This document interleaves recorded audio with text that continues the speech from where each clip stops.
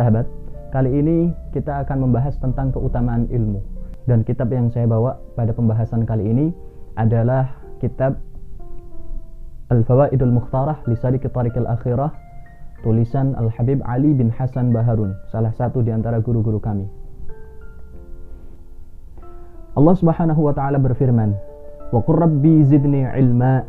Katakan, Rabbi zidni ilma, ya Allah, tambahkan ilmu untukku.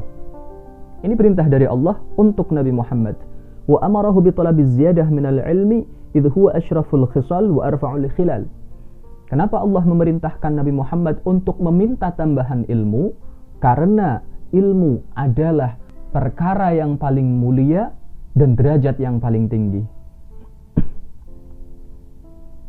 Disebutkan pula sebuah hadis yang diriwayatkan oleh Sayyidina Abi Hurairah, bahwasanya pernah Sayyidina Abu Hurairah ini marra bisuqil Madinah fawaqafa 'alaiha faqal.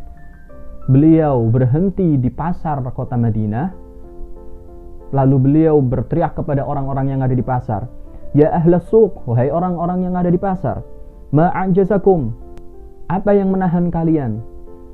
Mereka menjawab, "Ma madzaka ya Abu Hurairah?" Ada apa wahai Hurairah? Abu Hurairah berkata, "Dzaka mirathu Rasulillah sallallahu alaihi wasallam yuqsam wa antum hahuna."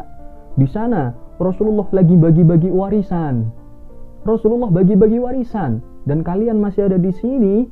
Alla tadhhabuna fata'khuduna nasibakum minhu? Tidakkah kalian ingin pergi ke sana dan mengambil jatah kalian dari warisan Rasulullah itu? Qalu wa ainahu? Mereka bertanya, di mana itu? Qal fil masjid. Beliau di masjid. Fa kharaju sira'an wa waqafa Abu Hurairah lahum hatta raja'u. Maka mereka pun pergi cepat-cepat balapan. Takut gak kebagian warisan Rasulullah. Dan Sayyidina Abu Hurairah tetap berdiri di tempatnya, nunggu sampai mereka balik lagi. Dan ternyata benar, mereka balik lagi. Malakum? Ditanyakan, kenapa kalian balik lagi? Qalu ya Abu Hurairah, mereka berkata, wahai Abu Hurairah, qad ataina al-masjid fadakhalna falam nara fihi syai'an yuqsam. Kami telah datang ke masjid, kami masuk dan kami enggak melihat apa-apa yang dibagi, enggak melihat apapun yang lagi dibagi-bagi, apalagi warisan, apalagi harta dibagi. Faqala lahum Abu Hurairah, Sayyidina Abu Hurairah berkata kepada mereka, "Wa ma ra'aitum fil masjid ahadan?" Tidakkah kalian melihat di masjid itu ada seseorang? Qalu bala, ya, di sana ada banyak orang. Ra'ayna qauman yusallun, kami melihat ada orang-orang yang sedang salat. Wa qauman yaqra'una al-Qur'an, di antara mereka ada yang sedang membaca Quran. Wa qauman yatadzakaruna al-halal wal haram, di antara mereka ada yang membahas tentang hukum-hukum halal dan haram. Fa qala lahum Abu Hurairah, Sayyidina Abu Hurairah berkata kepada mereka, "Waihakum, ente gimana? Fadzalika mirathu Muhammad sallallahu alaihi wasallam." Itu warisan Nabi Muhammad yang sedang dibagi-bagikan.